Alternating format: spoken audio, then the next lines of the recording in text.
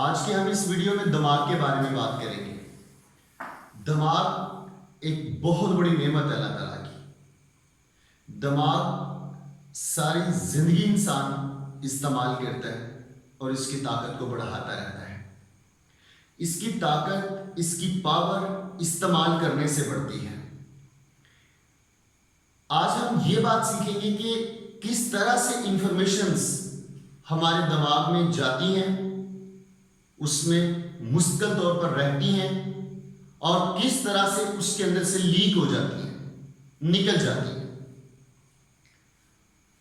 آپ یوں سمجھ لیجئے کہ ہمارا دماغ جو ہے وہ ایک بہت بڑے برتن کی طرح ہے،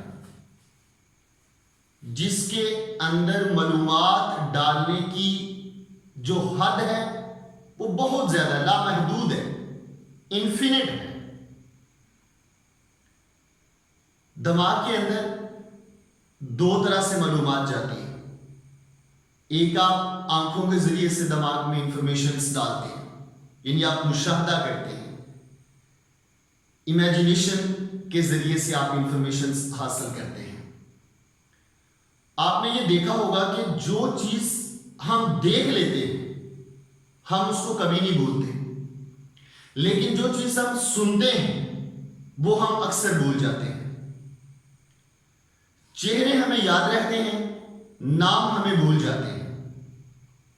جس چیز کا بھی مشاہدہ کیا گیا ہوتا ہے نا، وہ ہمیں کبھی نہیں بھولتے۔ یعنی آنکھوں کے ذریعے سے انفارمیشنز جو ہمارے مائنڈ میں جاتی ہیں وہ اس میں مینٹین رہتی ہیں، اس میں قائم رہتی ہیں، جبکہ ہماری سماعت کے ذریعے، سننے کے ذریعے سے جو انفارمیشنز جاتی ہیں وہ عام طور پر ہمیں بھول جاتی ہیں۔ اس کی وجہ کیا ہے؟ جیسے میں نے کہا کہ سمجھیے کہ ہمارا دماغ ایک بہت بڑے برتن کی طرح ہے، لیکن اس برتن کے نیچے ایک چھوٹا سا سوراخ ہے جس کے اندر سے انفارمیشنز لیک ہو جاتی ہیں، نکل جاتی ہیں۔ غور سے سنیے گا، کون سی انفارمیشنز لیک ہو جاتی ہیں اور کون سی انفارمیشنز دماغ کے اندر رہتی ہیں۔ جب آپ کسی چیز کو دیکھتے ہیں تو اس کی ایک ویڈیو بن جاتی ہے، ایک ویڈیو فائل بن جاتی ہے اور وہ ہمارے دماغ کے اندر محفوظ ہو جاتی ہے، کیونکہ ویڈیو فائل اس برتن کے نیچے جو سوراخ ہے اس سے بڑی ہے، تو وہ اس سے نکل نہیں سکے گی، اس سے خارج نہیں ہو سکے گی۔ جبکہ جو آڈیو فائل ہوتی ہے، جو ہم سن کر چیز سیکھتے ہیں، وہ سوراخ سے چھوٹی ہوتی ہے، تو اس کے چانسز ہوتے ہیں اس سوراخ سے لیک ہو جانے کے، اس سوراخ کے نکل جانے کے۔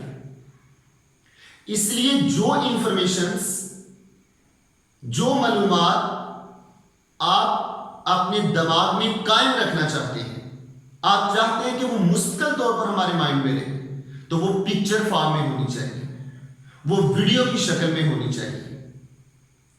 جیسے میں کہتا ہوں کہ جب ہم پکچر دیکھتے ہیں، اس کی ویڈیو، اس کے سینز، اس کے مناظر، وہ تمام ہمارے دماغ میں رہتے ہیں کیونکہ وہ ویڈیو کی شکل میں ہوتے ہیں، لیکن ان سینز کے اندر ہونے والی گفتگو، کنورزیشن، وہ ہمیں ساری یاد نہیں رہتی کیونکہ وہ آڈیو فائل کی شکل میں ہوتی ہے اور وہ ہمارے دماغ سے لیک ہو جاتی ہے۔